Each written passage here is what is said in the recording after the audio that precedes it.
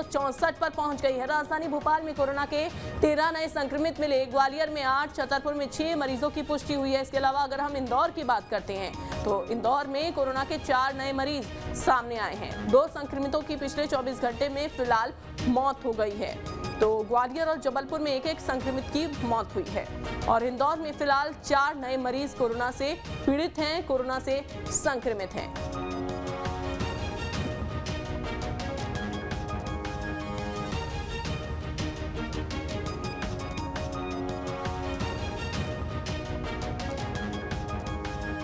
और हमारे सहयोगी जुड़ गए हैं, ग्वालियर से विनोद हमारे साथ जुड़ गए हैं, जबलपुर से हमारे साथ दुर्गेश जुड़े हुए हैं और साथ ही इंदौर से मिथिलेश हमारे साथ जुड़े हुए हैं। सबसे पहले दुर्गेश, आपके पास आते हुए फिलहाल जबलपुर में एक संक्रमित की मौत हो गई है।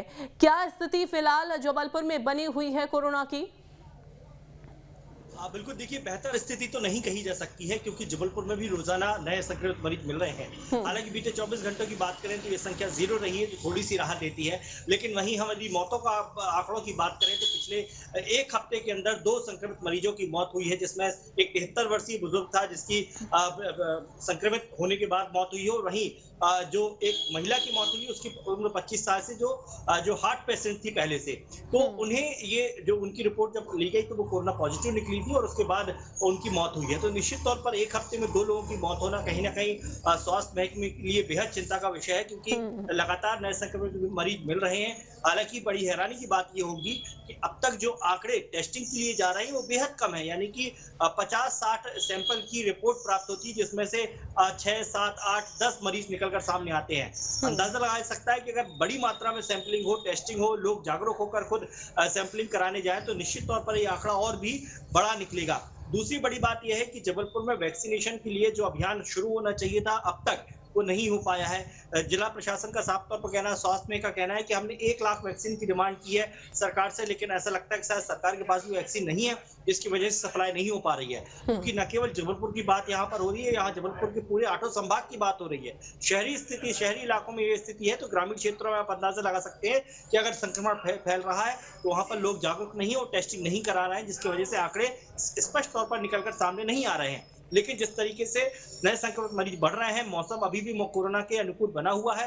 स्वास्थ्य महकमा का कहना है कि जब तक वैक्सीन की तीसरी डोज की व्यवस्था नहीं हो जाती है तब तक लोगों को कोविड गाइडलाइन का ही पालन करना होगा, वही एकमात्र उपाय है। चिंता की बात यह है कि तकरीबन 1 माह हो चुका है जब से हम देख रहे हैं कि मध्य प्रदेश के हर जिले में कोरोना संक्रमित मरीज निकलकर सामने आ रहे हैं, लेकिन उसके बाद भी बड़े बड़े आयोजन हो रहे हैं। और दूसरी सबसे बड़ी बात यह है कि वैक्सीनेशन की उपलब्धता आखिरकार क्यों नहीं हो पा रही है।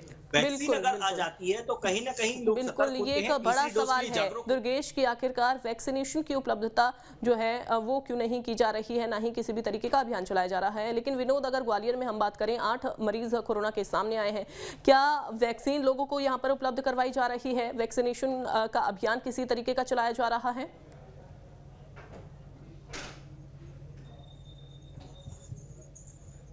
देखिए, अगर ग्वालियर चंबल अंचल की पूरे की बात करते हैं तो मध्य प्रदेश जैसे ही हालात हैं। यहाँ भी कई बार जब CMHO और जो टीकाकरण अधिकारी हैं उनसे हमारी बात हुई थी तो वो वही बात कहते हैं कि अभी वैक्सीन उपलब्ध नहीं है।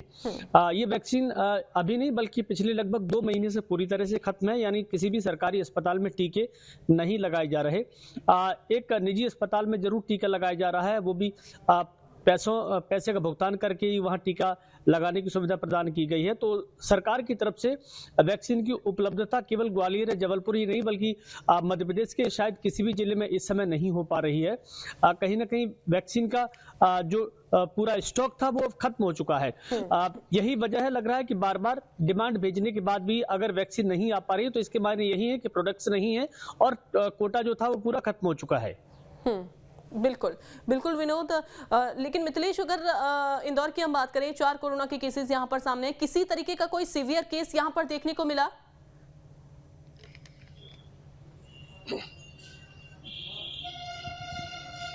अब देखिए, अगर इंदौर की बात की जाए तो कोरोना की सभी लहरों में सबसे ज़्यादा केसेस अगर सामने थे तो इंदौर से सामने आया था। सबसे ज़्यादा मौतों का भी आंकड़ा इंदौर से सामने आया था। लेकिन अगर वर्तमान स्थिति की हम बात करते हैं तो इंदौर में सिर्फ एक्टिव जो केस की संख्या है वो 50 है, और स्वास्थ्य विभाग ने जो बुलेटिन जारी किया है उसके अनुसार पिछले 24 घंटे में 7 नए केस आए हैं सामने, और 10 दिनों के अंदर 3 लोगों की मौत हुई है, जिसमें 3 लोगों की मरीज हुई है उसमें एक की उम्र 88 साल है, दूसरे की उम्र 91 साल है, और जो तीसरी मौत हुई है वो खंडवा से उन्हें रेफर किया गया था। बीमार थी और 7 दिनों तक इंदौर के एमटीएच अस्पताल में उनका इलाज किया गया आईसीयू में, उसके बाद उनकी मौत हो गई। उनकी उम्र 25 साल थी और वो गर्भवती थी। स्वास्थ्य विभाग के लिए सबसे बड़ी चिंता यह है कि अगर 25 साल की मौत का मामला सामने आया है तो इस मौत के मामले से आने के बाद से स्वास्थ्य महकमे में हड़कंप मचा हुआ है कि आखिर 25 साल की जो महिला उनकी मौत कैसे हो गई है। फिलहाल टेस्टिंग की जा रही है, जो उनकी मौत के बाद जो जांच है वो सब जांच की जा रही है, उनकी एक रिपोर्ट बनाई जा रही है कि अब तक जितने भी लोगों की मौत हो रही है कोरोना की वजह से वो किसी न किसी बीमारी से पीड़ित हैं,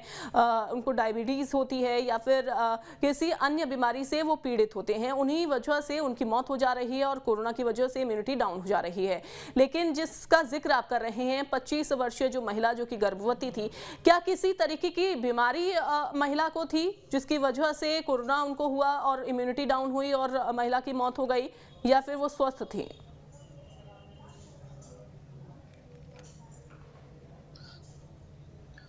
इंदौर सीएमएचओ का कहना है कि जब वो यहाँ पर रेफर होकर आई थी तो उनकी स्थिति काफी गंभीर थी। 7 दिनों तक आईसीयू में उनका उपचार चला और उपचार के दौरान ही उनकी मौत हो गई। खंडवा के जिस अस्पताल में वो एडमिट थी वहां से एक पूरा रिपोर्ट मंगाया जा रहा है कि कितने दिनों से उनका ट्रीटमेंट किया जा रहा था, जब उन्हें एडमिट किया गया था तो उनकी तकलीफ क्या थी, किस तकलीफ की वजह से उन्हें भर्ती किया गया था। हालांकि परिवार के लोगों का कहना है कि सांस लेने में उन्हें तकलीफ हो रही थी, उसके बाद उन्हें खंडवा में एडमिट किया गया था और कुछ दिनों के उपचार के बाद उन्हें इंदौर रेफर कर दिया गया था। तो स्वास्थ्य विभाग की तरफ से भी एक निर्देश दिया गया है कि अगर सांस लेने में तकलीफ होती है तो तत्काल नजदीकी जो क्लिनिक है, नजदीकी जो स्वास्थ्य केंद्र है वहां पर जाकर जरूर डॉक्टर से चेकअप कराएं, कोरोना का टेस्ट जरूर कराएं, क्योंकि बाद में अगर समय रहते इलाज हो जाएगा तो बेहतर है। बाद में स्थितियां गंभीर हो सकती है, क्योंकि अभी एक ताजा रिपोर्ट सामने आया कि 25 साल की जो महिला है उनकी कोरोना से मौत हो गई, और सबसे बड़ी चिंता की बात भी यही है। लेकिन दूसरी तरफ जो रिपोर्ट सामने आ रहे हैं कि जो भी इंदौर में लोग संक्रमित हो रहे हैं उन्हें सर्दी जुकाम है और 3 से 4 दिनों के अंदर वो ठीक हो जा रहे हैं, उन्हें अस्पताल में भर्ती होने की आवश्यकता नहीं पड़ रही है। लेकिन सबसे बड़ा जो ये रिजल्ट सामने आ रहा है उसकी वजह रही कि इंदौर में वैक्सीनेशन जो है वो काफी तेजी से हुआ था। लोगों ने पहला डोज और दूसरा डोज समय पर लगवाया था और 100%